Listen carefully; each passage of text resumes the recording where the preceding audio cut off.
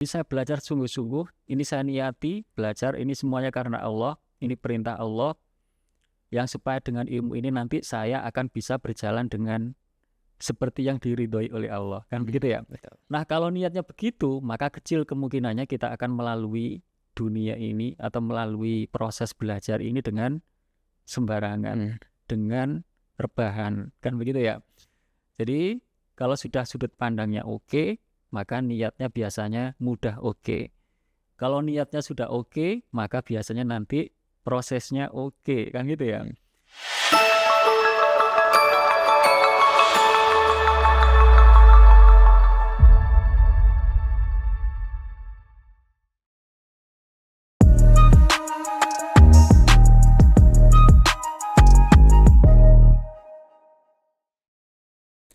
Assalamualaikum warahmatullahi wabarakatuh. Halo teman bicara dimanapun kalian berada.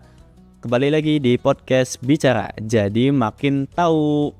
Kali ini kita akan membahas tema tentang mahalnya kesungguhan dan kesabaran dalam menuntut ilmu. Kali ini kita bersama siapa, Faizul? Kali ini kita bersama Ayah Dr. Budi Manfaat, MSI. Beliau merupakan dosen matematika di Universitas Islam Negeri Siber Syekh Nurjati Cirebon. Bagaimana kabarnya, Ayah? Alhamdulillah sehat walafiat. Boleh disapa dulu teman bicara? Ya, Assalamualaikum teman bicara semuanya. Oke, Ayah mungkin kita bisa langsung tanya-tanya aja ya. Ayah tanya dong soal tema yang akan kita bahas kali ini tentang kesungguhan dan mahalnya kesungguhan dan kesabaran tentang menuntut ilmu. Apa sih yang dimaksud mahalnya kesungguhan dalam menuntut ilmu itu? Ya, ini menarik banget ya. Jadi memang kenapa saya beri judul ini mahalnya gitu ya. Jadi kita memang hari ini membicarakan sesuatu yang sangat mahal nih ya. Jadi kita bukan membicarakan sesuatu yang remeh-temeh gitu ya. Jadi yang kita bicarakan di podcast ini memang harus semuanya yang mahal-mahal gitu ya. Nah, apa nih sore hari ini yang mahal gitu ya. Jadi yang kita maksudkan adalah ilmu gitu ya. Jadi begitu mahalnya ilmu sampai kemudian seperti yang pernah dikatakan oleh Ibnu Al-Jauzi ya. Jadi beliau itu pernah mengatakan begini. Awal mula tipuan iblis kepada manusia itu adalah melalui menghalangi mereka dari menuntut ilmu gitu ya. Jadi iblis itu tahu persis bahwa melalui menghalang-halangi mereka dari menuntut ilmu ini adalah cara terbaik gitu ya. Jadi karena iblis tahu bahwa ilmu itu adalah cahaya. Jadi iblis itu tahu betul ilmu ini cahaya. Yang kalau manusia punya cahaya ini, maka hidup dia akan menjadi terang. Dan kalau dia tidak punya ilmu ini, tidak punya ilmu begitu ya, maka hidup dia nanti akan menjadi gelap. Dan kalau sudah gelap, maka dia akan dengan begitu mudahnya menggoda manusia. Bahkan tanpa digoda pun, manusia yang gelap itu tanpa ilmu itu dia akan tergelincir dengan sendirinya. Nah, jadi iblis tahu betul bahwa ilmu ini adalah sesuatu yang sangat mahal dan dia menjadikan ini sebagai pintu masuk untuk menggoda manusia. Maka jangan heran kalau kemudian menuntut ilmu itu berat rasanya, betul nggak? Betul. Halangannya ada aja, betul nggak? Betul. Ya, jadi itu memang iblis masuk melalui di situ gitu ya. Jadi mereka dihalang-halangi supaya jangan sampai manusia itu mendekati ilmu. Ya, maka didekatilah atau mereka diarahkan supaya menjauh dari ilmu. Ya, kita tahu nih di era yang seperti ini banyak cara-cara atau alat-alat atau teknologi-teknologi yang itu tanpa kita sadari itu dengan sendirinya menjauhkan kita. Gitu. Misalnya gimana? Hari ini mungkin banyak orang sudah mengenal TikTok begitu ya. Betul. Jadi bukan hanya anak-anak, bukan hanya remaja yang bermain TikTok, sampai kemudian ibu-ibu ya, ibunya sendiri. Kalau bapak-bapak mungkin jarang ya. Iya.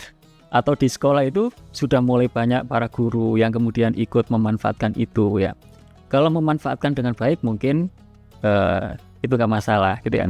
Tapi kemudian ada kecenderungan anak-anak yang memanfaatkan itu dan merasa terhibur ya, dengan berjoget-joget misalnya, dan dia merasa itu lebih menyenangkan sampai dia lupa dengan Kewajiban mendekati ilmu begitu ya. Jadi itu adalah bagian-bagian dari upaya iblis begitu ya. Bagaimana supaya manusia itu jangan sampai mendekati sesuatu yang paling berharga, yaitu ilmu. Nah, makanya ini kita sebut sebagai sesuatu yang mahal gitu ya. Saking mahalnya, Saking mahalnya. Jadi sampai bis juga kita nggak mau kita punya gitu ya. iya, Pengetahuan tentang ilmu tersebut. Ayah, bagaimana situasi dan kondisi orang mencari ilmu di era sekarang tuh ya? Iya. Nah, ini ya. Jadi kita mulai merenung ya. Kita memang harus banyak refleksi ya. Kalau yang kita saksikan ya, kecenderungannya sepertinya penuntut ilmu itu dari hari ke hari ya, dari tahun ke tahun, dari masa ke masa, itu tidak semakin mendekati ilmu ya. Jadi kecenderungannya itu adalah semakin mendekati kehidupan yang menyenangkan, kehidupan yang hedonis begitu ya, kehidupan yang instan, kehidupan yang tidak mau repot, kehidupan yang berbahan dan seterusnya begitu ya. Jadi hari ini kita sudah mulai semakin langka ya, semakin sulit menemukan anak muda yang dia betul-betul sungguh-sungguh ya dan bersabar dalam menuntut ilmu. Jadi maunya itu cepat, mudah, instan ya. Yang kalau bisa nggak perlu repot-repot, yang kalau bisa cukup sekali klik, mungkin dengan menggunakan AI dan seterusnya ya. Jadi kemudian itu dia bisa sukses begitu ya. Jadi maunya itu mudah, nggak mau repot ya, simple ya. Tapi dengan kehidupan yang sukses. Nah, padahal tidak ada ceritanya ilmu itu bisa dimiliki, bisa dipunyai oleh seorang manusia itu tanpa sebuah perjuangan yang sungguh-sungguh. Dan nah, jadi kita melihatnya kecenderungannya anak muda hari ini, bukan hanya anak muda ya, mulai dari anak-anak usia sekolah dasar ya, itu semakin langka saja ya, semakin sulit saja menemukan anak-anak yang betul-betul mencintai ilmu begitu ya. Dan itu di hampir semua level pendidikan ya, pendidikan dasar, menengah, bahkan di perguruan tinggi. Merasakan tidak ya Mas Imam dan Mas Izul ya, di kelasnya sendiri aja, di ruang kuliahnya, dari 40 atau 30 orang teman satu kelas itu, kira-kira yang senang baca buku ada berapa orang? Ya, Sedikit banget, mungkin di bawah 5 deh Bapak. di bawah 5 Di ya? bawah 5. Oke, kelasnya Mas Faizul sama nggak? Sama ya. Dan hampir di semua kelas yang pernah saya masuki, itu memang tidak banyak jumlahnya ya. Saya sering melakukan survei, saya sering bertanya kepada para mahasiswa. Di awal-awal pertemuan itu kondisinya rata-rata begitu ya. Jadi semakin mahal saja, semakin langka saja, semakin sulit saja menemukan anak-anak muda yang betul-betul mencintai ilmu gitu ya. Ternyata makin sulit ya Pak melihat anak-anak yang memang bersungguh-sungguh dalam menuntut ilmu di masa sekarang. Mungkin itu juga yang menjadi ilmu itu mahal dan memang banyak godaan untuk menuntut ilmu. Nah begitu. Tapi melihat kondisi demikian Bapak, langkah pertama untuk menangani keadaan tersebut itu seperti apa ya? Iya, nah ini ya poinnya, ini intinya nih ya.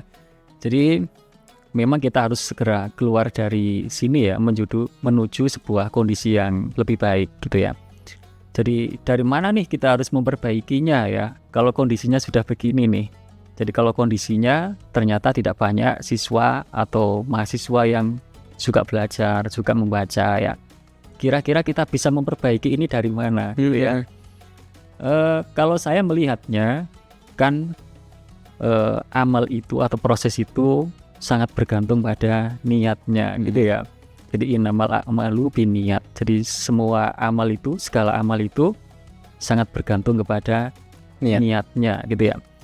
Berarti memperbaiki amal ini bisa dimulai dari memperbaiki niatnya gitu kan ya. Nah, tetapi niat itu ternyata di bawahnya masih ada lagi nih.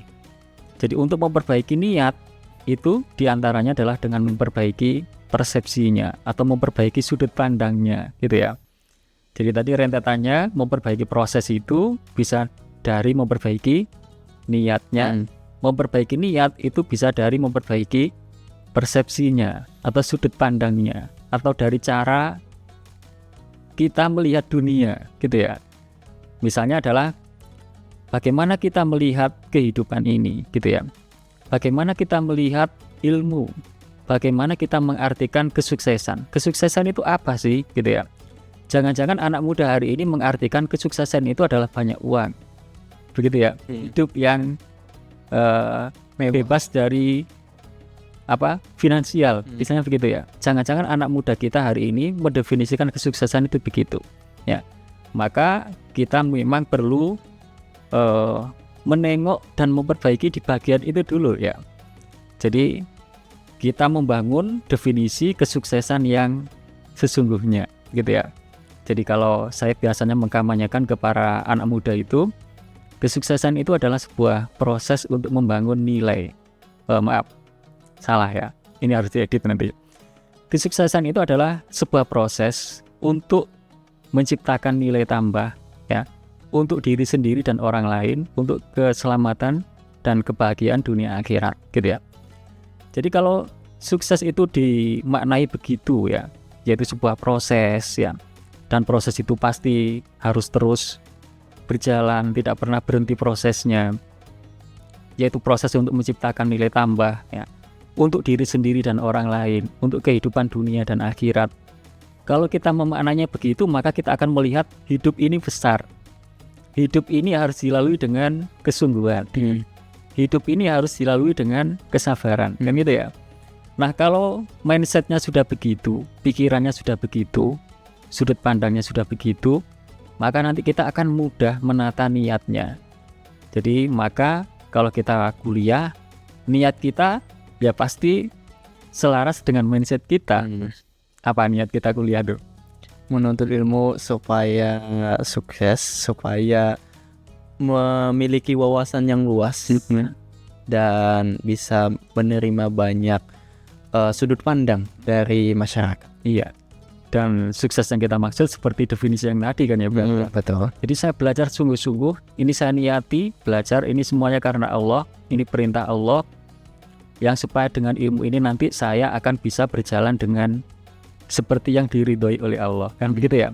Nah, kalau niatnya begitu, maka kecil kemungkinannya kita akan melalui dunia ini atau melalui proses belajar ini dengan sembarangan, dengan rebahan, kan begitu ya. Jadi kalau sudah sudut pandangnya oke, maka niatnya biasanya mudah oke. Kalau niatnya sudah oke, maka biasanya nanti prosesnya oke, kan gitu ya. Nah, tapi ini kan sebuah perjuangan besar yang dimulainya harus dari setiap diri manusia, kan gitu ya.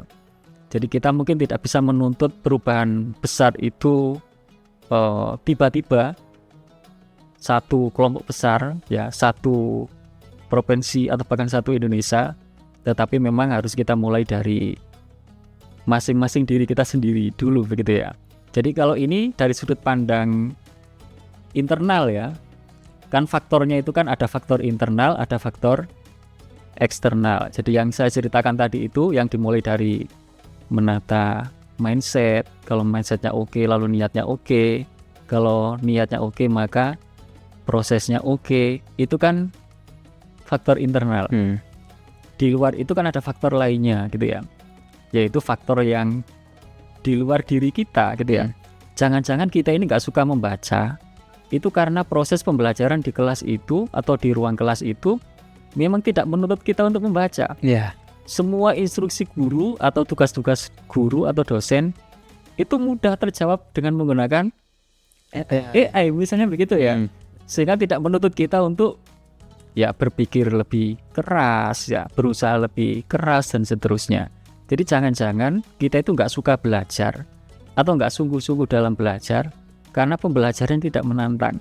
Maka ini juga adalah tantangan bagi para guru, para dosen untuk kemudian merencanakan pembelajaran yang lebih baik, kan gitu ya. Menurut Ayah, melihat beberapa mahasiswa yang sudah banyak menggunakan AI, nah menurut Ayah sendiri bagaimana menanggulangi hal tersebut, Ayah? Iya ya. Jadi AI memang semakin canggih ya. Itu luar biasa perkembangannya ya. dari suara menjadi teks, teks menjadi suara, teks menjadi video ya, dan seterusnya yang kalau ini kita sikapi dengan tidak tepat itu nanti berbahaya gitu ya. Jadi tapi intinya memang AI itu bukan untuk kita hindari kan ya. Ya. Dan tidak perlu kita kucing-kucingan mengakui menggunakan AI. Maksudnya nggak perlu kita itu malu-malu saya itu memanfaatkan AI karena itu bukan aib gitu ya, bukan aib. Sama seperti dulu awal kemunculan kalkulator. Ya. Jadi sudah beberapa masa atau tahun orang kalau belajar penjumlahan itu kan pakai alat-alat bantu, mungkin jari, mungkin kerikil dan seterusnya. Lalu ditemukanlah kalkulator, gitu ya. Awal-awal kemunculan kalkulator itu tidak mudah diterima oleh dunia pendidikan, gitu ya. Dikiranya ini nanti bisa merusak, kan gitu ya. Tetapi kan sesungguhnya kalkulator ini alat bantu setelah siswa itu diajari cara berpikir, diajari konsep tentang penjumlahan itu sendiri, begitu ya. Nah sama dengan AI ini ya, jadi AI ini bukan untuk kita hindari, tapi ini nanti bisa kita manfaatkan setelah kita belajar berpikir ya. Jadi tetap saja di ruang-ruang pembelajaran itu instruksi atau pembelajaran guru itu harus yang memang menuntut para mahasiswa itu mengerahkan segala kemampuannya. Yang ini tidak cukup hanya dikerjakan oleh AI gitu ya. Jadi kalau tugas kita hanya buatlah sebuah makalah dengan tema ini. Nah instruksi yang begini ini bisa dijawab oleh AI, betul nggak? Betul. Tapi kalau instruksinya ditambah, buatlah sebuah makalah dengan tema ini, pahami dengan baik, kemudian pada tanggal sekian kita akan bertemu untuk berdebat, untuk berdiskusi, untuk kemudian bertukar pandangan dan seterusnya. Jadi mereka akan memahami itu. Jadi mereka bisa memanfaatkan AI itu untuk menelusuri literatur ya. Tetapi kemudian dia berpikir, menganalisis, mengolah mana argumen-argumen yang baik. Dia lalu menyiapkan bagaimana nanti bisa berkomunikasi dengan baik saat diskusi dan seterusnya. Nah, kalau kita mendesain seperti ini, maka AI tetap kita tempatkan di belakang kita. Bukan di depan kita ya, tapi di belakang kita sebagai alat bantu, bukan pemeran utama. Nah, inilah memang tantangan kita. Jangan-jangan para mahasiswa nggak sungguh-sungguh dalam belajar itu bukan karena siswanya itu sendiri, tetapi penyajian pembelajaran yang mungkin tidak menantang mereka untuk bersungguh-sungguh dalam belajar. Oh, jadi seperti itu ya. Oke, mungkin sekian. Terima kasih untuk semuanya. Terima kasih juga teman bicara yang sudah menonton sampai akhir. Sampai jumpa di episode selanjutnya. Wassalamualaikum warahmatullahi wabarakatuh.